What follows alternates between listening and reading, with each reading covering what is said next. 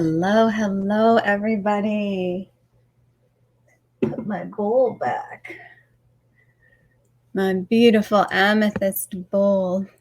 How are you today? Happy Tuesday. Welcome. Say hello. Say where you are tuning in from, whether it's this dimension or another. I feel like I'm in several right now myself after a beautiful week-long journey with my mother. I love being on the road. I love moving in that way, being connected and in my flow. Hi. So just say hi if you're watching. If you're watching the replay, say hi from wherever you are in space and time with our famous hashtag replay. The way we communicate now is so interesting. So interesting. Okay. Today's drawing was so compelling. I posted it in the Inner Alchemy Facebook group. Hi, Mom. So if you're not in that one, I know some of you are watching from you now. Send me a little message and I will invite you to the other one because I post different things in the different groups. But that's where you'll get to see the drawings that I post before the session, so you have time to contemplate them and look at all the other ones I've done as well, because they act as a, kind of like a divination tool, oracle deck, if you will. So you can go back to them and the messages, and they are always relevant to you when you need them. Let me bring up the drawing. Okay. So a lot of energy came through, like a lot of information when I started the drawing. It was very interesting. And this is not ours. This is for another session. I do all my drawings at the beginning of the day. I did this as an acupuncturist as well. If I had like 6 or 7 clients, first thing in the morning, I would draw everybody's drawing and I'd have everybody's drawing done for the day. It gives me a sense of what it is we're going to work on that day, what patterns need to be addressed. And when I go back, if I were to do a drawing at the end of the session, it would let me know that everything was resolved. So it's a very useful tool for me. This is the drawing that I did for us today.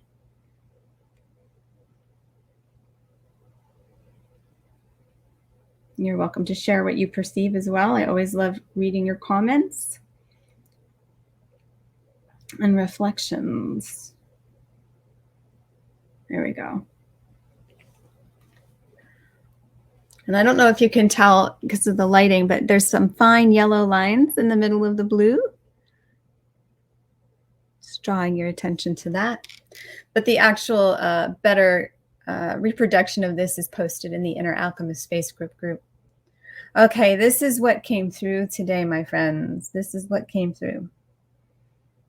Oh, that was the wrong drawing. Look at me. Haha. Thank goodness I date them. This is today's drawing. Do over. Okay, this is today's drawing. That feels right. Nobody said anything about the date at the bottom. A lot of people have a lot to say and rid themselves of what's no longer needed. Yeah, I could see that. It's a lot of, it looks like someone's face, like blowing something out for sure. Okay, this is what came through today. You think you know. You rest in the idea that you know because it gives you comfort. Okay, I'm going to read that again, and I'll go through it in more detail. You think you know. You rest in the idea that you know because it gives you comfort. What do you really know? How do you know that you know it? Have you ever stopped to ask yourself these questions? How do you know that you know what you know? How do you know that you know that? How do you know? A lot of times we say things and they're like, where did I get that information from?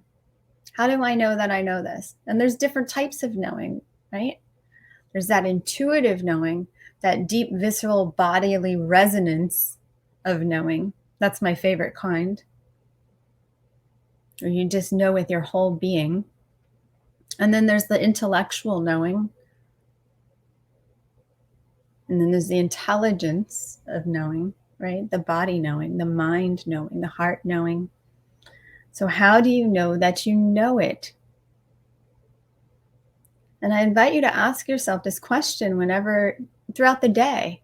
Like, this would be a good light work practice. If you find yourself sharing information with somebody, or even in your own head talking to yourself, how do I know that I know this? I'll share a really interesting story. So, as many of you know, I lived the van life for 3.5 years. And that was gave me a very interesting lens on life when you're always traveling. Yeah, it resonates. The resonance is a good way to know that you know something. That's my barometer. Does it really resonate? But at some point you still have to tune yourself to, really understand how your body's communicating with you when you really connect with that resonance. So it is, what I found, a process in understanding what the resonance feels like to you. Again, we always bring it back to the body. The body tells you exactly what you need. The body does not lie. We tend to discount the messages our body is sending us. That's a different story. But the more we get attuned to the body's messages, the more we trust it. We know it's guiding us, and there's this knowing. It's just there. It's like, it's truth, right? Truth is just present. So one of the fascinating things about life on the road is the lens that it gave me. And, probably the first year that I was on the road, I was traveling mostly between Washington and Southern California for work, going up and down. And what happened was, we were having conversations with all these people, really lovely people, many of them dear friends. And I began to notice everybody saying the same thing, the exact same thing, almost verbatim. And it blew my mind. And I was saying to my boyfriend at the time, I was like, are you noticing this?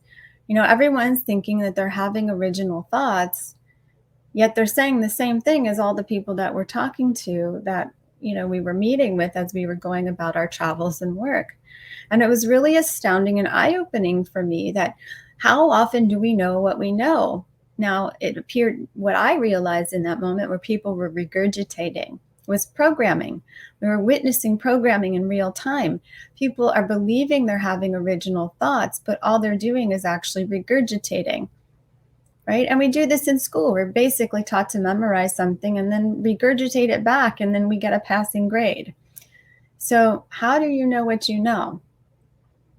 And it was a very powerful experience. It's never left me, and it really opened my eyes to those kinds of questions, and to really ask myself, how do I know what I know? And really contemplate things that are true for me. I'm always really feeling my way through life, finding out where I am in that. Who am I? Is this me? When we can be who we are naturally, authentically, ourselves, the way we were designed to be, then we function and navigate life from an optimal place. We become the creator, the co-creator. We become the one in the driver's seat, the captain again. Okay, we are empowered from that place. We're no longer swimming against the stream. We're going with the flow. So finding the flow and the ease, and that's the other thing I love about being on the road. I'm really in my flow. I'm really connected. I know where to go. I know where to stop. And, my mom can tell you some stories this week of how that unfolded for us. I'm in an environment where I'm thriving. So think about places where, environments that you can create for yourself where you thrive. Only you can put yourself in those spaces. And that'll give you a really great reference. We were talking about references last week. Really great reference of what to do when you're in environments where you're not thriving, how to create that space, because you know that feeling, and you can refer to that feeling to create that experience no matter where you are, because you are the center of your world. Okay, so how do you know that you know it? You tell yourself you know. You tell yourself that you know because the not knowing is uncomfortable. You tell yourself that you know because the not knowing is uncomfortable. Nature hates a vacuum, right? So the moment we're in that place of not knowing, it's like we have to fill that with something. It is very challenging for us humans to be in that place of not knowing. So we create all of these habits and these patterns and these beliefs and thoughts and all sorts of things that we fill our time up with to keep us from feeling what is uncomfortable in the place of not knowing. So this is a different aspect of knowing. What do we know? How do we know that we know it? And how comfortable are we with not knowing? Because how much do we really know? And what of what we know is actually true? So what do we really know about where we are, who we are, where we live, any of that? What is true? Zen mind, beginner mind. So we take it back to the beginning. So it's that place of being uncomfortable that is the impetus for us to reacting to life rather than responding to life. So we tell ourselves that we know because it gives us a sense of safety. But really, what do we know? What do we know? What do you know outside of the space you're in right now? What can you be absolutely sure of? And how comfortable can you be with the unknown, which I already addressed, but here it is again. How comfortable can you be with the unknown? Sometimes I really relish those times of the unknown because I feel like there's so much happening in those moments of suspension, the in-between states, that it gives me an opportunity to apply myself in new ways. So how we use that time of suspension, of the in-between times, of the in-between places and spaces in our lives is really, really fascinating. And the answer, so how comfortable can you be with the unknown? There you will find your power. There you will find your power. The more comfortable you can be, the more at ease you can be in yourself when you in the unknown, which is pretty much life itself. Life is unknown. We bring our stories from the past into the present moment to give us a semblance of something, to create a safety net, to create safety and comfort, right? This is why it's challenging for us to make changes, because of this comfort that we seek. And so the more that we can cultivate this faith in the unknown or trust in the unknown or on the other side of what we believe to know, that's where the magic is. That's where the magic is. And so I invite you today and all week until we meet again to begin to cultivate this space for yourself. And I feel a journey coming on where we'll get to drop into that a little bit today. To finding our power in the unknown. Okay, so here's the drawing again, the correct drawing for today.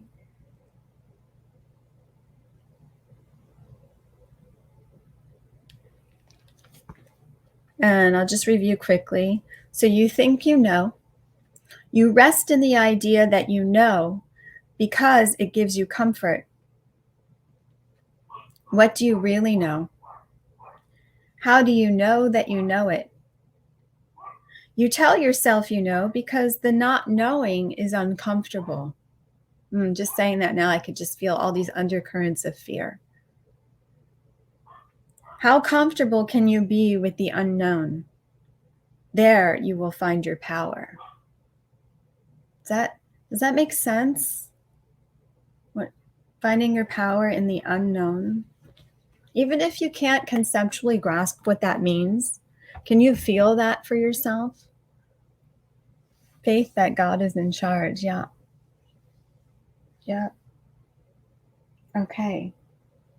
I think she wants to come back to play for us today. My beautiful amethyst. So wherever you are, just close your eyes.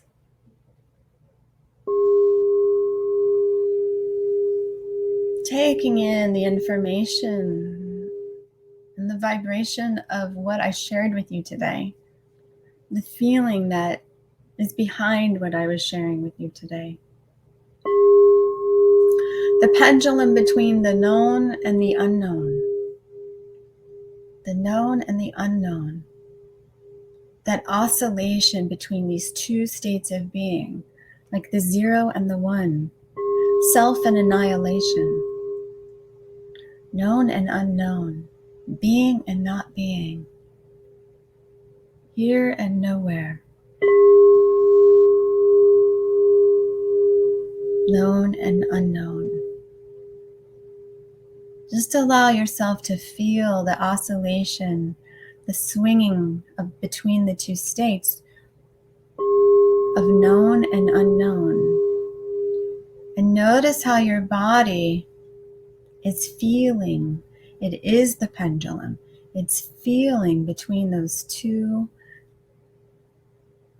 endpoints, two states of being,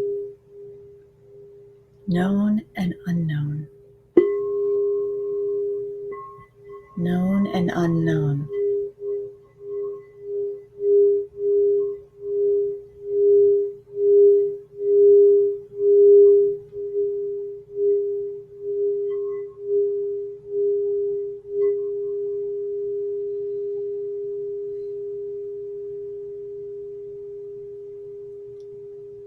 And allow the body to continue to feel its way through space, the space of known and the space of unknown.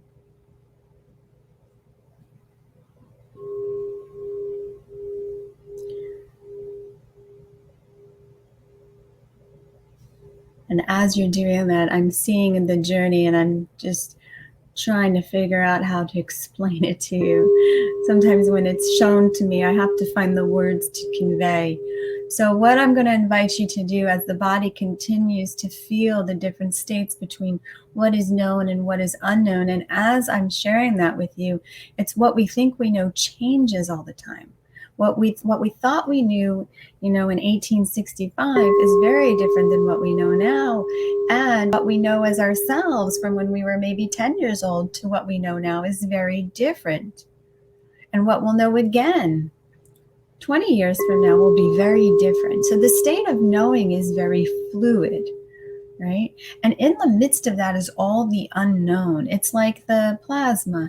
It's like the universal mind. It's like consciousness itself. It's unknown, yet it is you at the same time. There's this intangible quality that we try to make tangible through knowing it. And how do we know it? We know it through our senses that we've been given through this body, our divine technology. You have a tool that allows you to perceive. Now, your knowing is also filtered down through your experiences. So your perceptions may not be completely coherent. They might be distorted, which is why we talk about getting into a coherent state before we dive into our practices of creation and creating coherence throughout the day, which is an organized field of energy generated from your heart.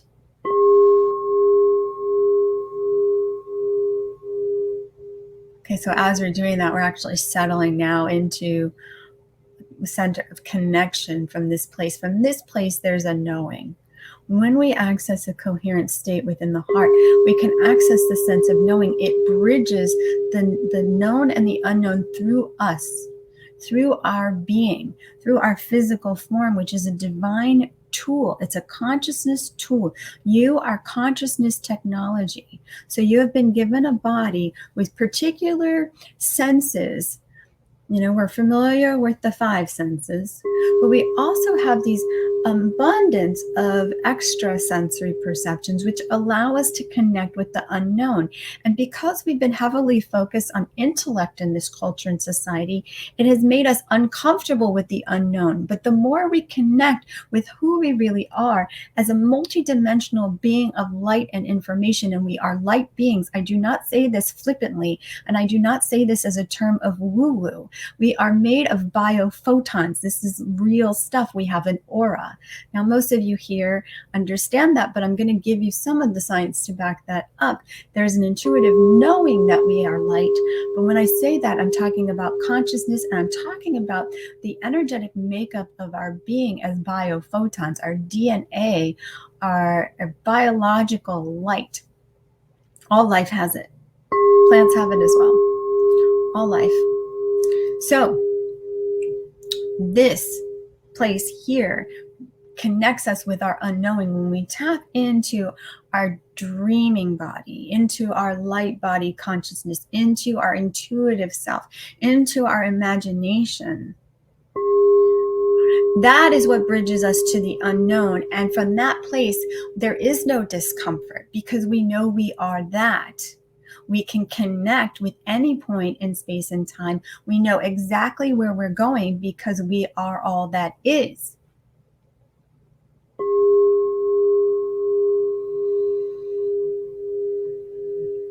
So there's nothing that is not you. There is no place where it is not feeling safe, right? Because safety is a huge factor when we're in the process of creation.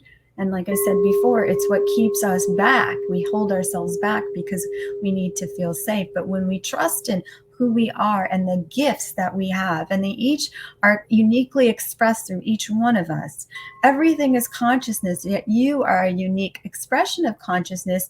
And the way that you are designed allows you to bring your gifts in through and perceive the unknown uniquely to you. Uniquely to you. And what I am here to do is connect you with that. I guide you to those places within yourself so you have an experience of what that is, so you can reproduce that for yourself and amplify that. And it's always much easier to connect with that part of ourself when we're doing it together, when we're all holding the state.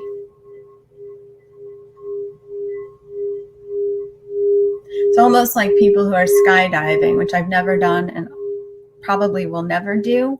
But the image that is showing me is you jump out of the plane with a group of people and then you come together and form a network, right? So there's safety in numbers kind of thing in that way.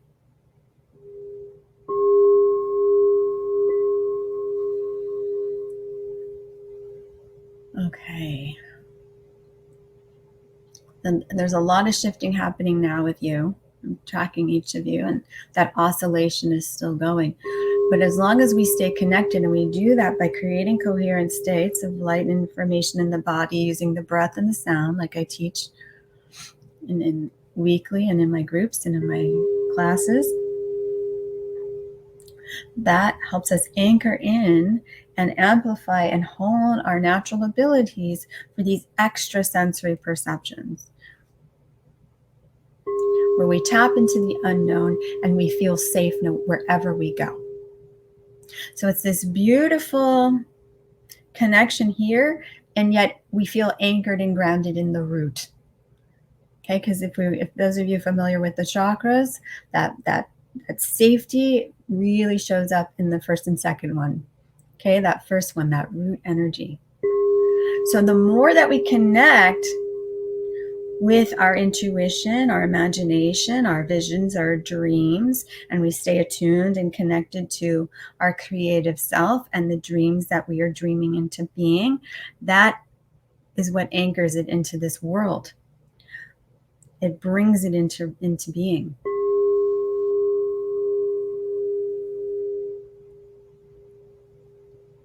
It strengthens the root. Staying connected strengthens the root. Staying connected to your dream, to your vision, to your intuition, to your heart mind, to your inner knowing.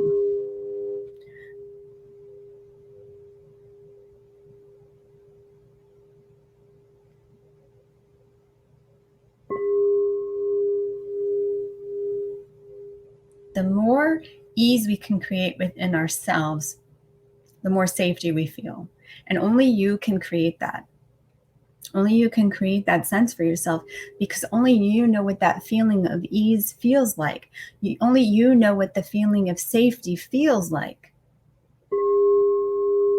Nobody else can discern that for you.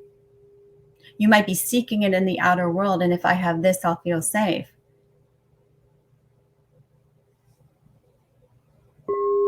But those things can be taken away. They're ephemeral. But the feeling you have, no one can take that away from you. So the more you can cultivate the feeling of what you desire within yourself, it is given to you. You are giving it to yourself in that moment. So feeling safety, no matter what is happening, no one can rock your boat. Because your life preserver is you. A lot of mixed metaphors today. Sharing what I see. Okay. So before we close today, I just really want to invite you to connect. I'm going to bring in the chimes. She's calling me now. I want you to really feel into the feeling of safety for you. What that feels like to feel safe. Okay. So first you're thinking about it, and that's natural, right? This is our tendency.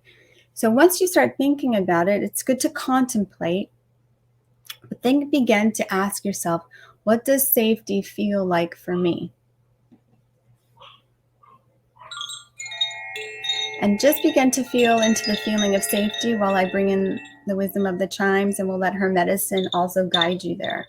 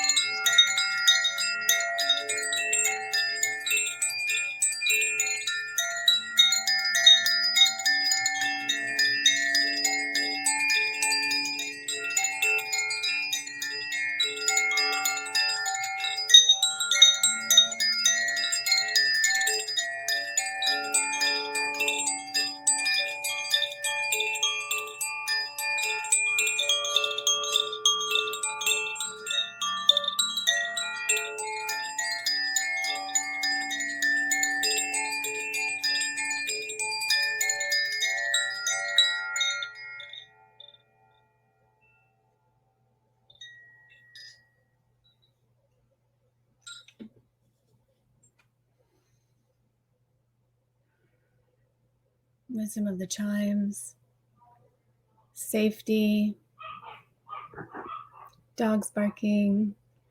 And as I was playing, I was reminded of something I remember feeling and sharing years ago about how I really felt so strongly at how brave we are as humans.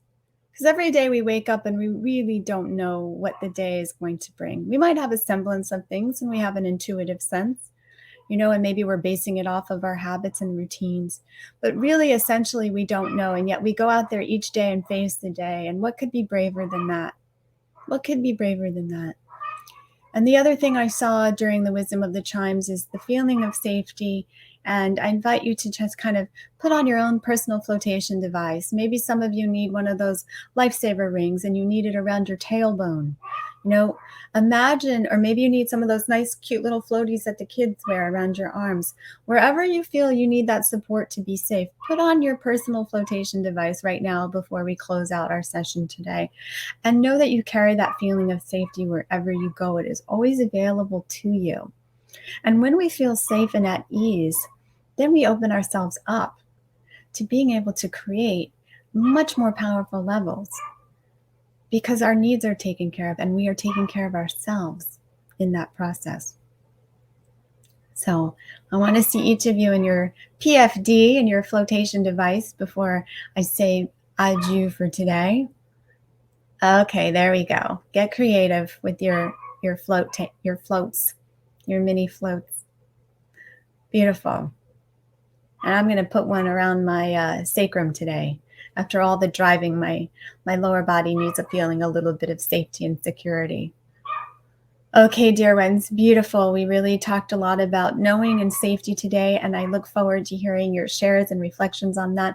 So do let me know. You can message me directly. You can comment underneath in the video. This will also be posted on my YouTube channel. So if you're watching there and you're enjoying what you're hearing, please like, subscribe, and share. You know how it goes.